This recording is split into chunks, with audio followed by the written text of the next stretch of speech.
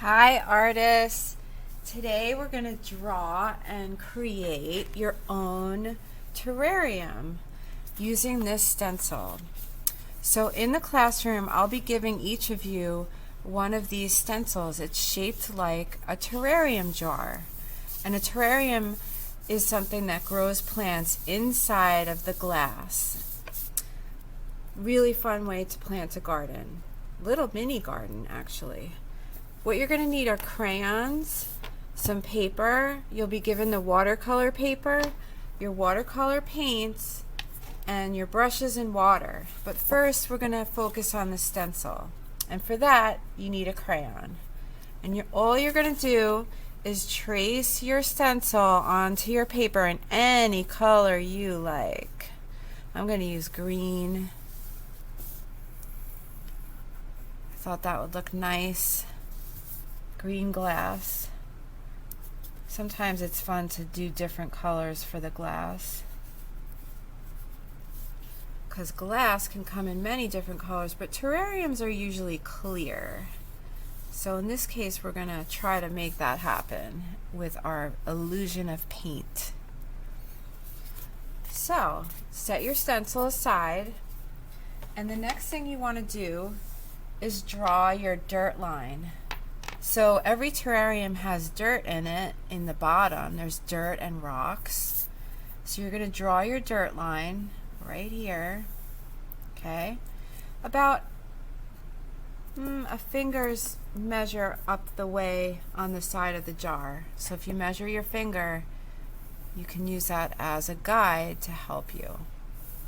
Alright, so that's that. Next step is to add a flower in the center. Your flowers can be any design you like. I'm going to do a stem and some basic petals, and my flower is going to have, let's see, orange maybe, or pink petals. But what's my center? My center is going to be purple. All these fun colors. This is one of my favorite colors in the crayon box, periwinkle. So like lavender purple. And then this is salmon pink.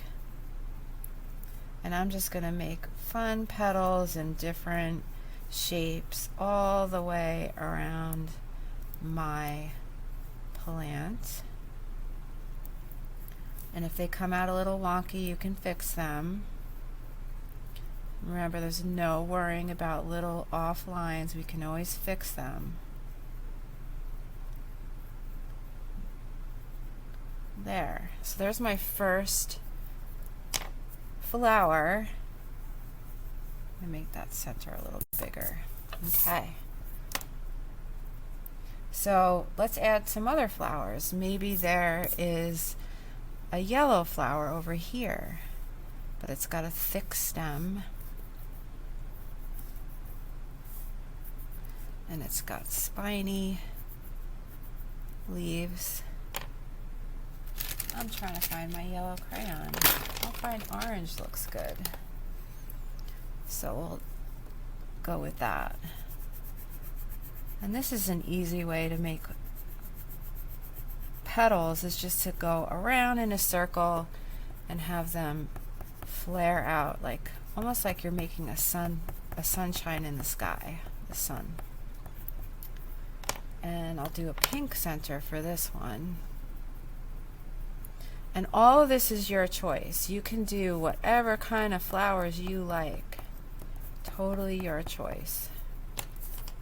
Be as creative as you like. I have some fun neon crayons. I'm going to use those next. So here's my third flower. This one's taller than the others. And again, these are all your creations on your own. Yours are going to be totally different from mine, which is the fun part. This one is going to have bright yellow center. bright yellow. Mrs. Tellini, this is bright orange. Crayon dust. Now I found my yellow crayon. And this one's going to have really cool, fun petals sticking out. Looks like the same color as the stem. Let's try to change that. I didn't realize how close in color they would be. These two colors are almost exactly the same on paper. Interesting. We learned something new. Alright, let's pick darker green. Just shade that in a little.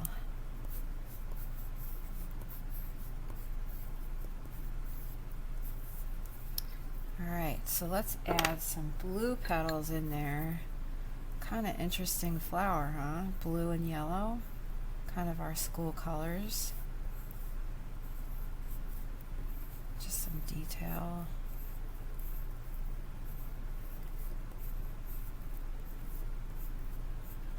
And then you can color these in solid or you can leave them as they are. It's your choice.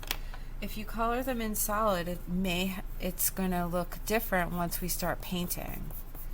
And the reason that's going to happen is because your paint is going to resist, that's a big word, resist the wax. And the crayon wax does not like to mix with the paint. So the two of them separate from each other as you're painting, which is kind of interesting because all the colors come out in a different way. So I'm just adding quick details in here.